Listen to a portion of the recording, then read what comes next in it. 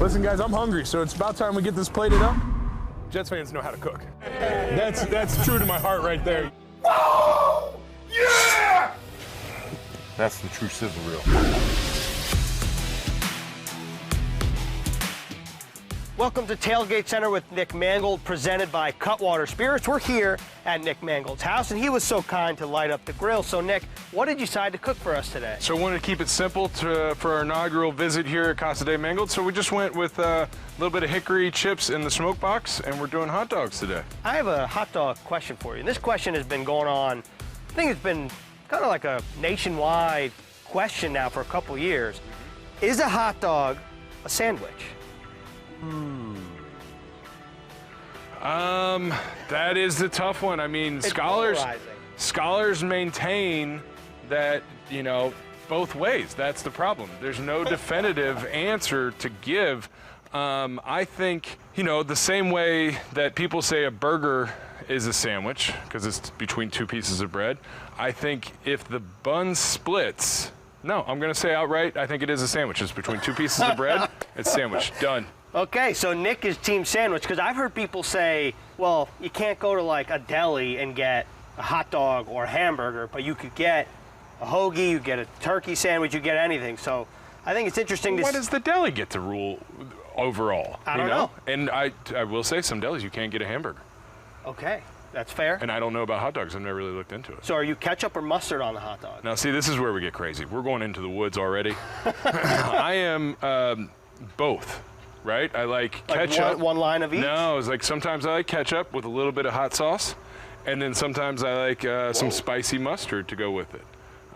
So two different versions, but I like both. Okay, so Nick is a hot dog guy, no question about it, and he likes hot sauce, which I've never heard of, and as a New Yorker, I'd lean mustard, but I do like ketchup as well. I don't know if I would agree with the hot sauce, but you can't knock it until you try it. As for the players, though, let's see what they have to say about what tailgate foods they like. I like house parties, so I would like to do kind of like a house thing, get all of my friends together.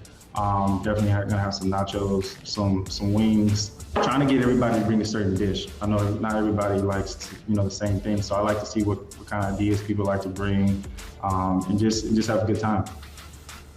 Now joined by former Jets tight end Anthony Becht. Anthony, thanks a lot for joining us. I want to kick off something hot dog related. We got some dogs going on in the background. So first part, ketchup or mustard?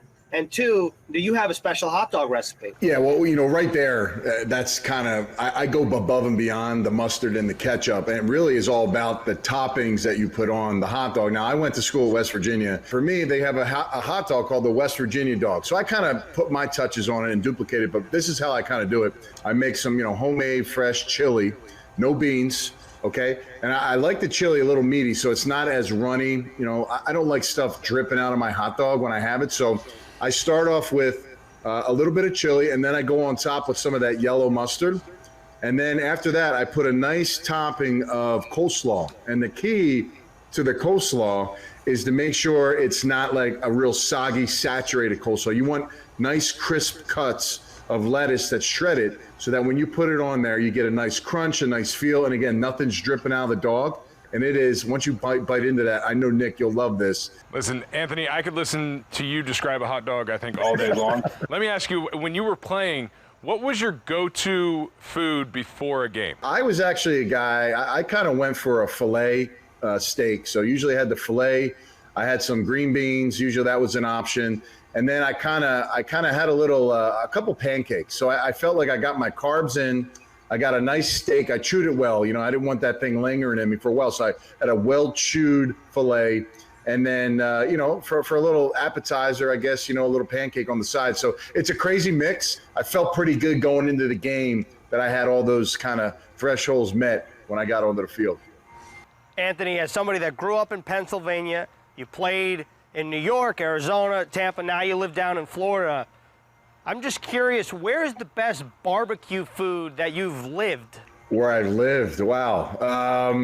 Well, you know, I did play in St. Louis, and I also played in Kansas City. Kansas City's got some pretty good barbecue. It's hard to beat that. You know, so, you know, being down in Florida, there's multiple places. I am a big fan of baby back ribs, and I live in the Tampa area, but when I was coming out of school, I used to go to Naples quite a bit. But man, literally the best baby back ribs that you probably get in Florida come from Mickle Bob's in Naples, Florida. So if you ever get in there, you got to check that out. I feel like my mouth is watering too, Nick. Yes, now I'm just hungry. Yeah, thanks a lot, Anthony. Seriously and sarcastically. No, guy. Thanks for having me, guys. Appreciate it. Let's go, boys! It's game time! This is your house! You must protect this house! Let them know to be the man. Woo! You gotta beat the man. Woo! Jets players, we are here. Show us your grit, show us your strength, show us your power. Get this W, baby. Woo! S-J-E-T-S! Woo! Take flight! Get up! This show is all about you, the fans, and every week we highlight one special fan. Here's Michael Young.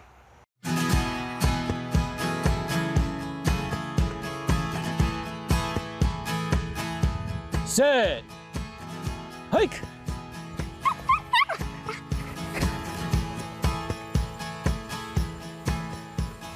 Touchdown tackle. This is my buddy. His name's Tackle Brady. Right, buddy? So I want to welcome you to my man cave here. We see we've got 3 TVs for football Sundays where we don't miss any of the action, where we got 2 games on and red zone up in the middle, unless the New York Jets are playing, because then they're front and center with the surround sound.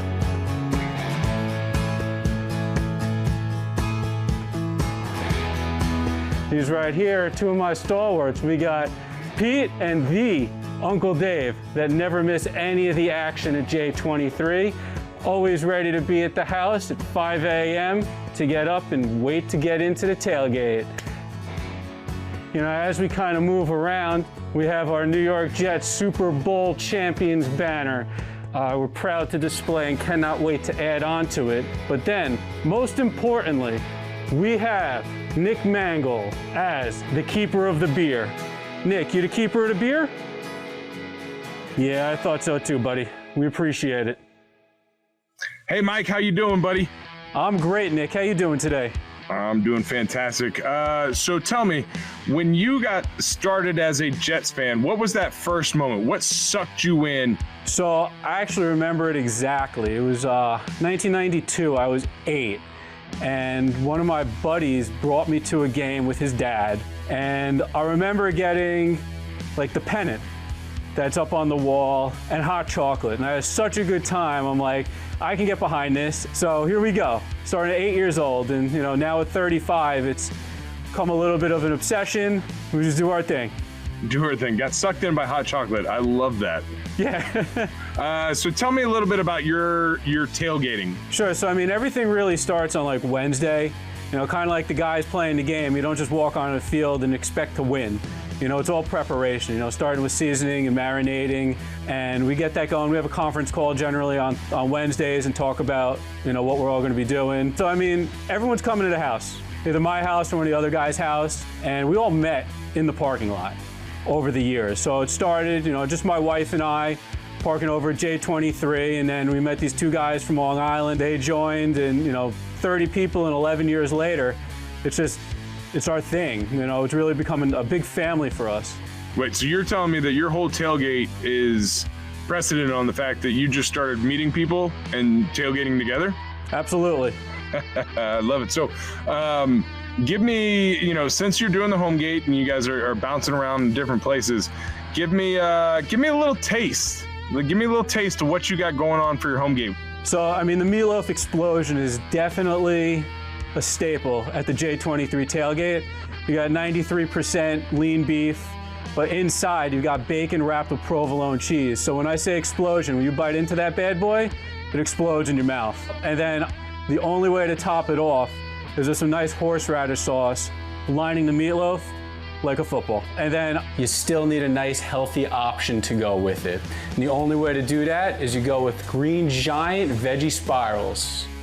Oh, okay. All right. So when we get back into the real world we need to stop by J23. I think we'll mark that down. You are more than welcome anytime.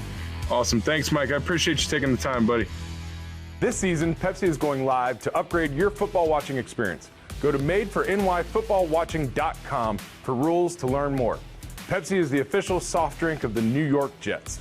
Fans, keep submitting those photos for the Together Like Never Before campaign. This is where you can see them, right here on Tailgate Center with Nick Mangold. So, Nick, we've talked about your barbecue sauce a little bit before. Like, how do you go about finding what barbecue sauce you want to put your name on? So it was actually really simple because it was a barbecue sauce that I already make.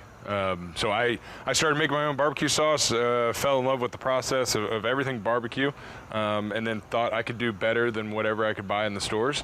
So I went online, found a couple of recipes, and started tinkering with them. You know, I like a little bit more of this, a little less of that. I wasn't really sure. I liked it, and that's all that mattered to me. But then a couple of people said, hey, you know, can I get this at the store? And I was like, no, you can't. I was like, well, maybe you should. I was like, all right, we'll look into it. So it's been a crazy process. It's been about a year and a half, almost 2 years. And as someone that likes spice, would you consider your barbecue sauce with a hint of spice, or how would you describe the taste of it for those who don't know? I got two sauces out right now, the OG and the spicy OG. First one is sweet with a little heat, and then the spicy is little sweet with a whole lot of heat. And so, you know, you get the best of both worlds, and it's been a lot of fun. That's all we have here for this episode of Tailgate Center with Nick Mangold, presented by Cutwater Spirits. Thanks for watching, and we'll see you in Week 7.